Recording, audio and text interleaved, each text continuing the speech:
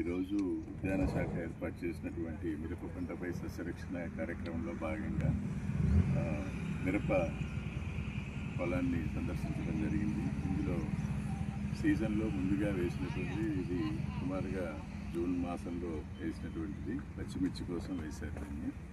ఇందులో గమనించినట్లయితే ఈ నల్ల తామర పురుగు ఉధృతి చాలా ఎక్కువగా ఉండి ప్రతి మొక్క కూడా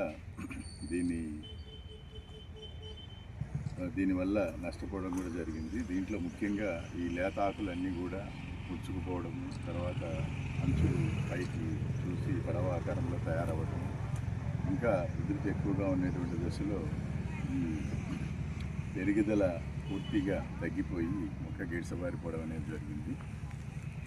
ప్రస్తుతానికి దీంట్లో ఈ కోత కొయ్యగా మిగిలిపోయినటువంటిది. ఈ నల్లతామర పురుగు ఉధృతి గత 3-4 సంవత్సరాల నుంచి చాలా ఎక్కువగా ఉంది. మామూలుగా వచ్చే తామర పురుగు స్థానంలో ఇది రావటం జరుగుతుంది. దీనివల్ల దీనికి తేడా ఏంటంటే అది లేత ఆకులను ఆశించి దాని నుంచి రసాన్ని పెంచడం వల్ల ఆకులు పడవ ఆకారంలో తయారైపోయి గిడసబారిపోవడం జరుగుతుంది. కానీ ఇందులో ఇది లేత భాగాలనే కాకుండా పూతను కూడా ఆశించి పూత భాగాలను నుంచి రసాన్ని పెంచడం వల్ల పూత గోధుమలకు మారిపోయి రాలిపోవడం, పిండ కట్టకపోవడం అనేటువంటి జరుగుతుంది. ఈ తామర పురుగు 15 నుంచి 20 రోజుల జీవితకాలం ఉంటుంది. ఇది పంట కాలంలో ముఖ్యంగా 6 నుంచి 7 నెలల పాటు ఉంటుంది కాబట్టి ఇంకా దగ్గరగా 14 నుంచి 15 జీవిత చక్రాలని కంప్లీట్ చేసుకొని పురుగు ఉధృతి చాలా ఎక్కువగా ఉంటుంది. పైరు అయిపోయిన తర్వాత మిగిలినటువంటి ఈ లార్వాలు ఏవైతే ఉన్నాయో ఆ దశ భూమిలోకి వెళ్ళిపోయి వశస్థ దశలోకి, అంటే నిద్రావస్థ దశలో ఉండిపోయి మళ్ళీ తిరిగి పైరు వేసినప్పుడు అది బయటికి రావడం, తల్లి పురుగులు మళ్ళీ గుడ్లు పెట్టడం అనేటువంటి జరుగుతుంది. ఈ తల్లి పురుగు గుడ్లను కూడా ఆకుల లోపలి పొరల్లో గుడ్లు పెట్టేసేసి తర్వాత అవి అక్కడే పొదిగి ఆకులను ఆశించడం అనేటువంటిది జరుగుతుంది. కాబట్టి రైతులు ముఖ్యంగా మిరప వేసేటప్పుడు వేయాలనుకునేటువంటి పొలంలో వేసవిలో లోదుక్కులు దున్నినట్లయితే ఈ నిద్రావస్థ దశలో ఉండేటువంటి పురుగులు చనిపోయి పురుగు యొక్క ఉధృతి తగ్గేదానికి అవకాశం ఉంటుంది. అదేవిధంగా నేలలో శిలీంధ్రాలు ఏవైతే ఉన్నాయో మనకు పైరును ఆశించేటువంటి శిలీంధ్రాల యొక్క ఉధృతి కూడా తగ్గుతుంది.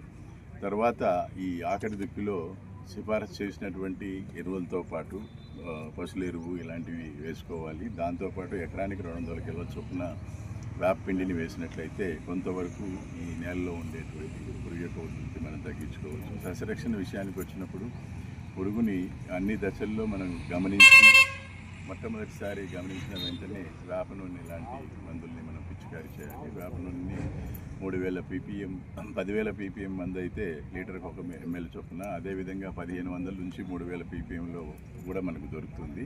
అది 2 మిల్లీలీటర్ చొప్పున లీటర్ నీటికి కలిపి పిచికారీ చేసుకోవచ్చు. వేప నూనె పిచికారీ చేసేటప్పుడు జిగురు అనేటువంటిది మనం వాడుకొని పిచికారీ చేసుకున్నట్లయితే సమర్థవంతంగా పనిచేసేదానికి అవకాశం ఉంటుంది. ఈ వేప నూనెతో పాటు మనం సిఫారసు చేసినటువంటి రసాయనిక మందులను కూడా మనం కలుపుకొని పిచికారీ చేయొచ్చు. దీంట్లో ఈ మనకు డైమిథియోయేట్ కానీ, అంటే తొలి దశలో మనం లీటర్కి 2 మిల్లీలీటర్ చొప్పున కలిపి పిచికారీ చేసుకోవచ్చు. అదేవిధంగా ఫిప్రోనిల్ నీళ్ళ మందుని లీటర్కి 2 మిల్లీలీటర్ కానీ, అదే ఫిప్రోనిల్ WG అనేటువంటి మందుని ఎకరానికి 40 గ్రాముల చొప్పున కలిపి పిచికారీ చేయొచ్చు. ఇవి కాకుండా ఉధృతి పెరిగే కొద్దీ తర్వాత దశల్లో, అంటే పురుగు మందులు, అంటే ఈ నల్లతామర పురుగే కాకుండా క్రిమి సంహారక మందులు వాడేటప్పుడు తొలి దశలో తక్కువ పవర్ ఉండేటువంటి మందులు వాడాలి. తర్వాత పవర్ ఎక్కువగా ఉండేటువంటి మందులు వాడుకుంటూ ఒకసారి కొట్టిన మందు మళ్ళీ రెండోసారి కొట్టేటప్పుడు కొట్టకుండా వేరే మందును వాడుతూ మార్చి కొట్టుకున్నట్లయితే పురుగు ఈ మందులను తట్టుకునేటువంటి శక్తి డెవలప్ కాకుండా మనకు ఉంటుంది. కాబట్టి రైతులు ఈ పురుగు మందులు వాడేటప్పుడు కానీ, పురుగు మందులు వాడిన తర్వాత కోత కోసేటప్పుడు ముఖ్యంగా వారం నుంచి 10 రోజుల వ్యవధి ఇచ్చిన తర్వాతనే కోతను కోయాల్సినటువంటి అవసరం ఉంది. దీనివల్ల మనం కొట్టినటువంటి పురుగు మందులు డిసిపేట్ అయిపోయి వాటిలో ఈ అవశేషాల ప్రభావం లేకుండా ఉంటుంది. అంటే పురుగు మందులు లేని మిర్చిని మనం పండించినట్లయితే మార్కెట్లో కానీ తర్వాత ఎక్స్పోర్ట్ చేసేదానికి కానీ అనువుగా ఉంటుంది. కాబట్టి రైతులు సస్యరక్షణ చర్యల్లో భాగంగా, అంటే ముఖ్యంగా సమగ్ర సస్యరక్షణ విధానాన్ని పూర్తిగా పాటించాలి. దీనికి పొలాల్లో చుట్టూ కూడా ఒక 4 వరుసలు ఎత్తుగా పెరిగేటువంటి మొక్కజొన్న కానీ, జొన్న కానీ ఇలాంటి పైర్లను వేసినట్టయితే రసం పీల్చే పురుగులు పక్క పొలంలో నుంచి ఈ మిర్చి పొలంలోకి రాకుండా మనం కొంతవరకు కాపాడుకోవచ్చు. అది కాకుండా ఈ జిగురట్టలు అనేటువంటివి, నీలం రంగు జిగురట్టలు కానీ తర్వాత పసుపు రంగు జిగురట్టలు, ఈ రెండింటిని కూడా మనం వాడినట్టయితే ముఖ్యంగా మిర్చిని ఆశించేటువంటి రసం పీల్చే పురుగు యొక్క ఉధృతిని కొంతవరకు తగ్గించుకోవచ్చు. తర్వాత ఎంత ఉధృతి ఉంది అనేది కూడా మనం ఈ అట్టలు వాడిన దానివల్ల మనం తెలుసుకునే దానికి అవకాశం ఉంది. ఎప్పుడైతే గమనించిన వెంటనే మనం సిఫారసు చేసినటువంటి సస్యరక్షణ చర్యలు చేపట్టినట్టయితే అవశేషాలు లేని మనం మిర్చిని పండించి ఖర్చు తగ్గించుకొని తర్వాత ద్వారా లాభాన్ని పొందేదానికి అవకాశం ఉంటుంది.